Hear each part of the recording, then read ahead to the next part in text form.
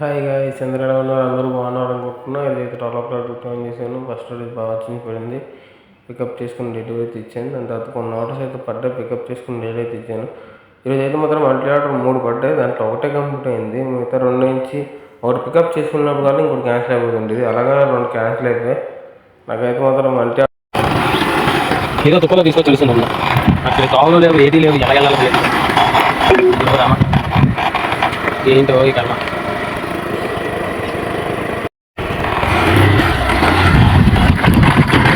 మీకు ఏ తుప్పలో తీసుకొని తెలుస్తుంది.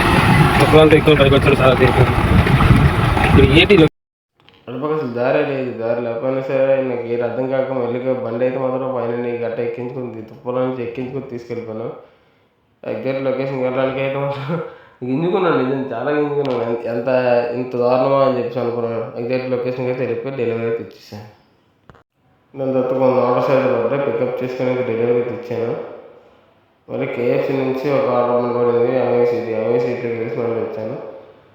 ఈరోజు అయితే 400 రూపాయలు బెటర్ అవుతుంది. 300 కొట్టించాను. దాని తర్వాత ఇంకా 100 కొట్టించి మళ్ళీ తర్వాత కొన్ని ఆర్డర్స్ అయితే పికప్ చేసుకుని డెలివరీ ఇచ్చాను.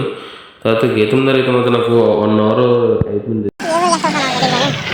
మా బయట చూస్తే బూత్ బంగ్లా ఉంది.